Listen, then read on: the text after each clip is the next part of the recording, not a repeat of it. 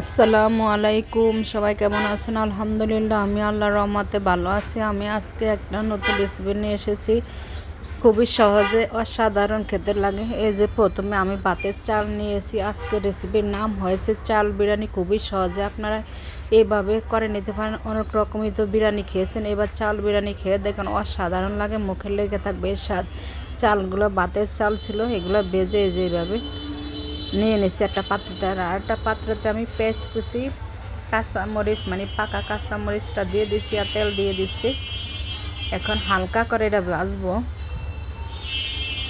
এই চাল বিরিয়ানিটা খেতে অসাধারণ লাগে এবং অনেক মজা। এই চাল বিরিয়ানিটা যারা না খেয়েছেন তারা একবারও ট্রাই করে দেখবেন।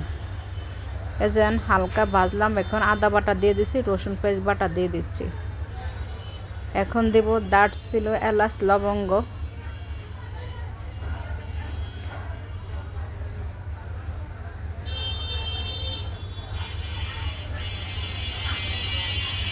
দিয়ে দিয়েছি স্বাদ মতো লবণ, হলুদ গুঁড়ো, মরিচ গুঁড়ো।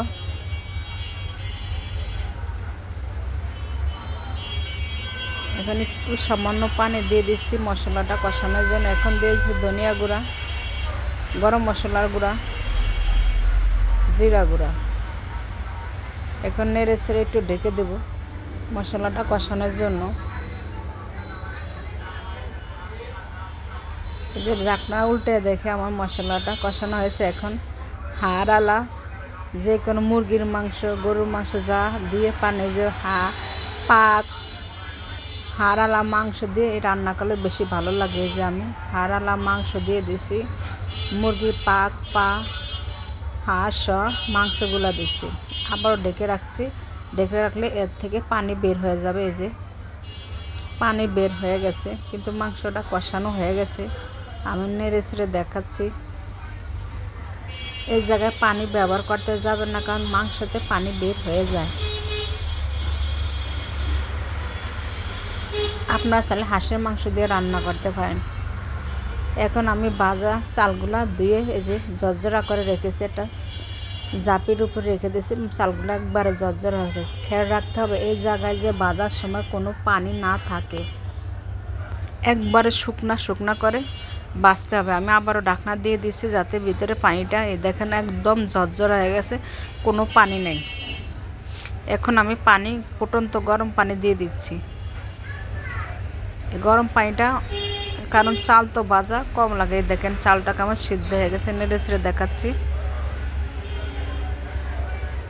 এটা খেতে এত মজা, এত টেস্ট। আপনারা যদি বাসায় একবার ট্রাই করেন তাহলে ওইসব বিরিয়ানির কথা ভুলে যাবেন। আর লাগবে দুইটা ডিম। এই বিরিয়ানির সাথে ডিমটা দেওয়াই লাগবে, তাহলে এর টেস্ট আরও বেশি বাড়বে। আর ঘি দেওয়া লাগবে। আপনারা যদি না দেন স্কিপ করবেন, তবে ঘিটা আর ডিমটা দিলে অনেক টেস্ট বের হয়। এই যে এখন ডিমটা গলে আমি যে দিয়ে ঢাকনা দিয়ে ঢেকে রেখেছি। ঢাকনা উল্টে দেখাবো আপনাদেরকে এই যে ডিমটা কেমন হয়েছে। এখন সবগুলা বিরিয়ানির সাথে মিশিয়ে নিচ্ছি। এভাবে খুন্তির মাথা দিয়ে ভালোভাবে উল্টে পুল্টে আমি মেখে নিচ্ছি।